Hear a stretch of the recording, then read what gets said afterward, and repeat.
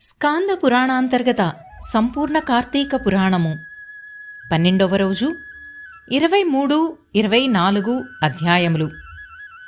23వ అధ్యాయము పురంజయుని మోక్షము. అంతా విన్న అగస్త్యుడు, ఓ మునిశ్రేష్ఠ, అత్రి మహర్షి, అటు పిమ్మట పురంజయుడేమి చేశాడో అది కూడా విన్నవించు అని కోరాడు. శ్రీమన్నారాయణుని కృప వలన విజయం సాధించిన పురంజయుడు అయోధ్యలో అత్యంత వైభవంగా వర్ధిల్లాడు. ప్రజల జయజయధ్వానాలతో ప్రకాశించాడు. చెడు నడతను విసర్జించాడు.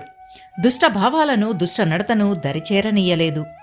దానగుణాన్ని, సత్వసంధను, నిత్య ధర్మాచరణను అలవర్చుకున్నాడు. యజ్ఞాలు, యాగాలు, పూజలు, పునస్కారాలు చేస్తూ శేష జీవితాన్ని గడిపాడు.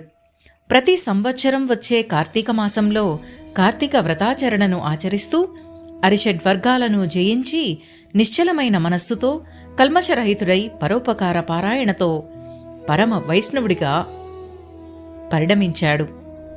నిరంతరము శ్రీహరి ధ్యానమందే ఉంటూ తీర్థక్షేత్రాదులన్నింటినీ దర్శించి ఎక్కడ శ్రీహరిని సేవించినా తరించవచ్చునో అచట శ్రీ మహావిష్ణువుకు పూజా పునస్కారాలను చేస్తూ దానగుణ సంయుతుడై శ్రీహరికి అత్యంత ప్రీతిపాత్రుడయ్యాడు. పురంజయుని పూజా పునస్కారాల వలన, దాన ధర్మాల వల్లను, పుణ్యక్షేత్ర సందర్శన మహిమల వల్లను ప్రీతి చెందిన ఆకాశవాణి ఒకనాడు, పురంజయ, కావేరీ నదీ తీరంలో రంగనాథస్వామి శ్రీరంగ క్షేత్రంలో కొలువైయున్నారు. శ్రీరంగనాథుడంటే మహావిష్ణువే. నీవు ఆ క్షేత్రాన్ని దర్శించి అక్కడ ఉన్న శ్రీరంగనాథుని కార్తీక మాసంలో భక్తి శ్రద్ధలతోనూ నియమనిష్టానుసారంగా పూజించి సేవించు. జన్మరాహిత్యమును పొందమని ప్రబోధించడంతో రాజ్యపాలనను మంత్రి సహాయకులకు అప్పగించి రాజపురోహితులను తదితర పండితులను తోడ్కొని శ్రీరంగ క్షేత్రమును చేరి కార్తీక మాసంలో విధి విధానంగా మంత్ర ప్రయుక్తంగా కార్తీక మాస వ్రతాచరణ దీక్షను బట్టి కార్తీక మాసంలో శ్రీ మహావిష్ణువును పూజించి దానధర్మాలను జపతపాలను చేసి కార్తీక మాస వ్రతాచరణను నిర్విఘ్నంగా నెరవేర్చి తిరిగి తన రాజ్యాన్ని చేరుకున్నాడు. సత్పుత్ర పౌత్రాదులతో పిల్లా పాపలతో శేష జీవితాన్ని సుఖంగా గడిపిన అంత్యమున భౌతిక వాంఛలందు విరక్తి చెందినవాడై భార్యా సమేతంగా వానప్రస్థాన్ని స్వీకరించాడు. కార్తీక మాస వ్రతాచరణ వల్లను, విష్ణు సేవల వల్లను మరణానంతరము వైకుంఠ ప్రాప్తి నొందాడు. 23వ అధ్యాయము సమాప్తము. 24వ అధ్యాయము. అత్రి మహర్షి బోధించిన కార్తీక మాస వ్రత నియమాలను, పురంజయుని వృత్తాంతమును విన్న అగస్త్యుడు, మహర్షి, కార్తీక శుద్ధ ద్వాదశి యొక్క మహత్యమును విన్నవించమని కోరాడు. అప్పుడు అత్రి చెబుతున్నారు, అగస్త్య, ఈ కార్తీక శుద్ధ ద్వాదశినే హరిబోధిని అని కూడా అంటారు. దీని విశిష్టత ఏమిటంటే, ఈ రోజు చేసిన వ్రతాచరణ వలన సమస్త తీర్థ స్నానఫలాన్ని, అగణిత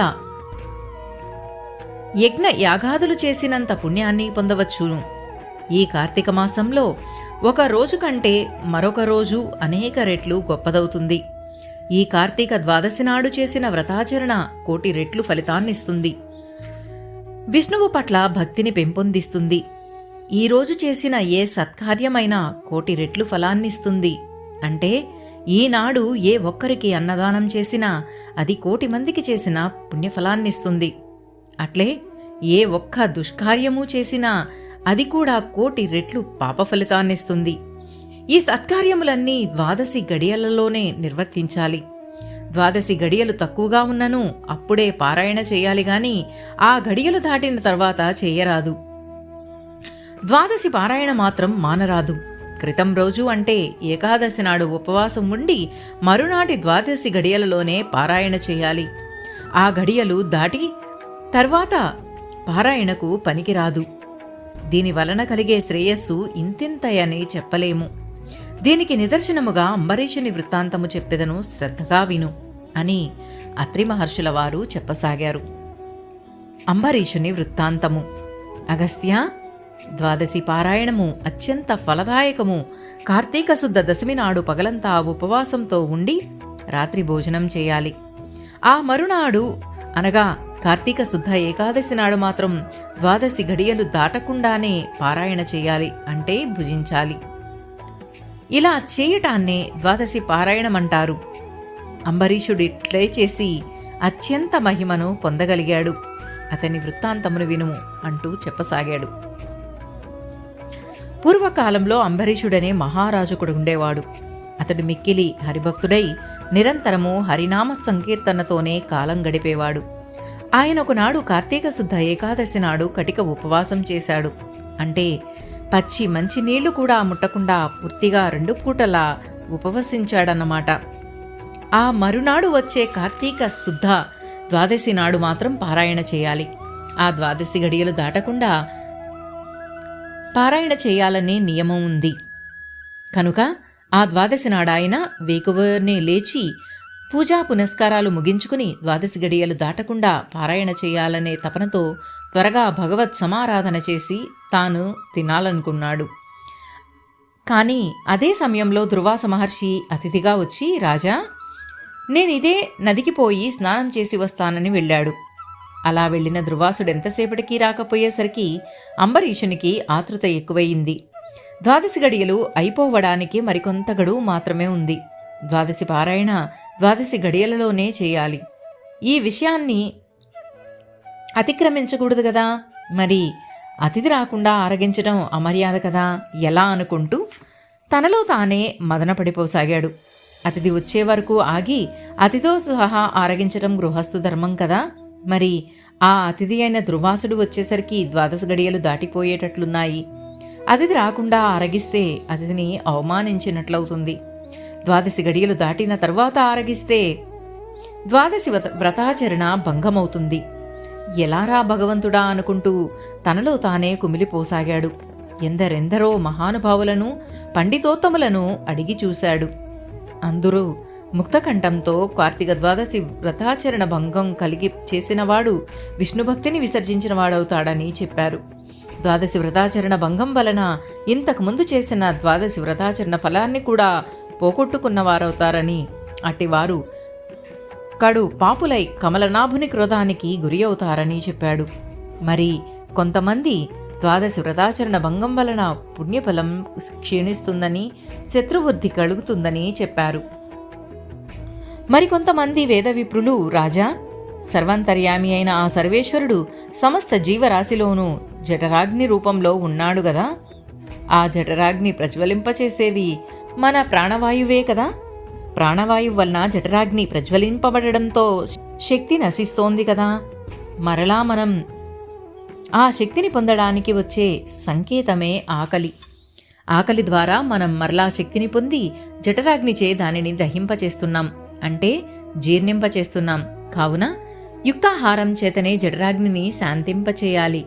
అదే జీవని లక్షణం. మనం ఆహారంగా భక్ష్య, భోజ్య, చోష్య, లేహ్య రూపాదులలో దానిని తీసుకుంటున్నాం. దీనినంతా గ్రహించేది జఠరాగ్నియే. ఆ జఠరాగ్నిలో ఇవన్నీయు జీర్ణము కాబడి శక్తినిస్తోంది. తద్వారా మనం జీవించగలుగుతున్నాం. జీవులలో ఉండే జఠరాగ్నియే జగన్నాథ స్వరూపము. కావున అన్నార్తితో వచ్చిన అతి విస్మరించి ఆరగించరాదు.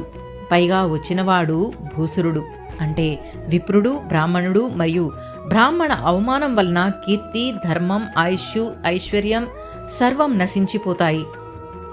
తాత్కాలికంగా ఏమీ జరగకపోయినను అతని వంశం అష్టకష్టాల పాలవడం తథ్యం. బ్రహ్మత్వం కలిగినవాడు బ్రాహ్మణుడు కావున వారు దైవస్వరూపులుగా భావింపబడుతున్నారు. కనుక వారిని అవమానించడం దైవదూషణ చేయడమే అవుతుంది గదా. జాతి మాత్రం చేతనే బ్రాహ్మణుడు దేవతాస్వరూపుడిగా భావింపబడుతుండగా మహా తపస్శాలి, అత్యంత జ్ఞానగుణ సంపన్నుడును అయిన దుర్వాస మహర్షిని కించపరచడం కొరివితో తలగోకున్నట్లే అవుతుంది. మరొక విధంగా ద్వాదశి వ్రతాచరణ భంగం వల్ల ఆ ముందు రోజైన ఏకాదశి ఉపవాసమునకు కూడా భంగం కలుగుతుంది. ఏకాదశి వ్రతభంగానికి ప్రాయశ్చిత్తమే లేదు గదా. కావున అతిథిని, ద్వాదశి వ్రతాచరణను రెండింటినీ అతిక్రమించరాదు. మరి ఈ మీమాంస నుండి బయటపడేదెట్లా? మదనపడిపోసాగాడు అంబరీషుడు. 24వ అధ్యాయము సమాప్తము. ఓం నమః శివాయ.